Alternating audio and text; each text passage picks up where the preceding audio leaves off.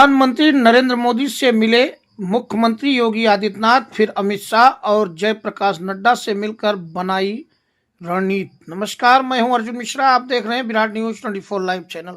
आप हमारे चैनल को सब्सक्राइब, लाइक, शेयर जरूर करें ताकि आप तक ऐसी खबरें पहुंचती रहें। बेल आइकन वाले बटन को जरूर दबा दें जिससे आपको नोटिफिकेशन मिलता रहे।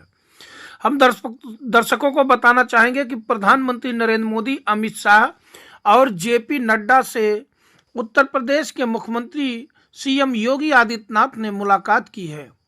इसे कई मायनों में बेहद महत्वपूर्ण माना जा रहा है।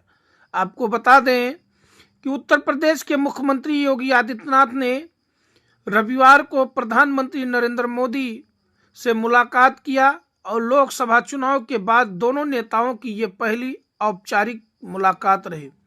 दिल्ली में 7 लोक कल्याण मार्ग पर यह मुलाकात हुई है। प्रधानमंत्री नरेंद्र मोदी को मुख्यमंत्री योगी आदित्यनाथ ने अगले साल प्रयागराज में होने वाले महाकुंभ का प्रतीक चिन्ह भेंट किया, लेकिन इस दौरान और भी कई मुद्दों पर बातचीत हुआ। वैसे तो मुख्यमंत्री ऑफिस की तरफ से बताया गया है कि प्रधानमंत्री से मुख्यमंत्री की यह शिष्टाचार भेंट थी, लेकिन जब दो बड़े नेता मिलते हैं तो कई तरह की बातें सामने आने लगती हैं।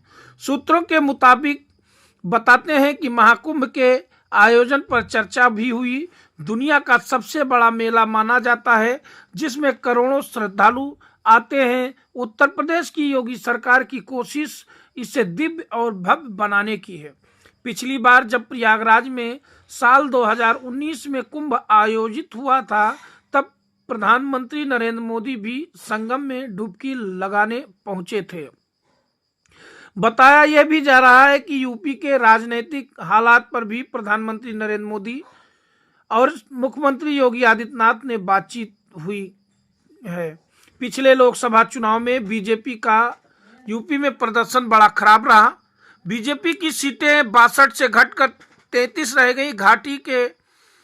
पार्टी के केंद्रीय नेतृत्व ने हार की समीक्षा भी की। यूपी में इन दिनों विधानसभा की 9 सीटों पर उपचुनाव हो रहा है। सूत्रों की माने तो इस मुद्दे पर भी प्रधानमंत्री नरेंद्र मोदी और मुख्यमंत्री योगी आदित्यनाथ के बीच चर्चा हुई है। प्रधानमंत्री से मिलने के बाद मुख्यमंत्री योगी आदित्यनाथ ने केंद्रीय गृह मंत्री अमित शाह से भी भेंट किया है, मुलाकात किया है। झारखंड में बीजेपी का मैनिफेस्टो जारी करने के बाद अमित शाह रांची से वापस लौटे थे। लौटने के तुरंत बाद उन्होंने योगी आदित्यनाथ से मुलाकात किया। बताया यह भी जा रहा है कि यूपी के उपचुनाव को लेकर दोनों नेताओं में लंबी बातचीत हुई। एक सीट पर मंथन हुआ। बीजेपी ने सभी 9 सीटें जीतने का लक्ष्य रखा है। योगी आदित्यनाथ की तरफ से चुनावी तैयारी के बारे में अमित शाह को बताया गया। अमित शाह ने विधानसभा की सभी 9 सीटों का फीडबैक लिया। जिन 9 सीटों पर उपचुनाव हो रहे हैं उसमें से 5 पर एनडीए और बाकी 4 पर समाजवादी पार्टी का कब्जा था। उत्तर प्रदेश के मुख्यमंत्री योगी आदित्यनाथ इसी महीने आरएसएस प्रमुख मोहन भागवत से भी मिल चुके हैं। मथुरा में यह मुलाकात करीब 2.5 घंटे तक चली थी। इस दौरान संघ के विस्तार से लेकर महाकुंभ के आयोजन तक पर चर्चा हुई थी। संघ प्रमुख जब इसी साल गोरखपुर गए तब सीएम योगी से भेंट नहीं हो पाई थी, इसलिए हाल के मुलाकात को बेहद महत्वपूर्ण माना जा रहा है। बाद में संघ की तरफ से सीएम योगी के नारे बटेंगे तो कटेंगे को भी समर्थन मिला। इसके कई तरह के मायने निकाले जा रहे हैं। लोकसभा चुनाव में बीजेपी के खराब प्रदर्शन के बाद पार्टी के ही कई नेता योगी आदित्यनाथ के खिलाफ मुखर हो गए थे। सरकार बड़ा या फिर संगठन को लेकर लंबे समय तक विवाद चला। बाद में सीएम योगी ने एनडीए के सभी विधायकों और सांसदों से मुलाकात की, उनके मन को जानने की कोशिश की।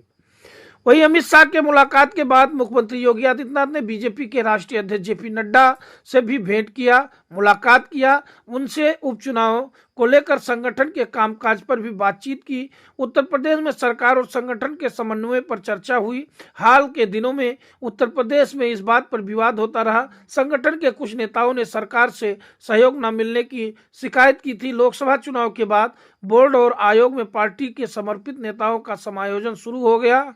जो काम बाकी रह गया है उस पर मुख्यमंत्री योगी आदित्यनाथ ने पार्टी के अध्यक्ष से बातचीत करके बताया।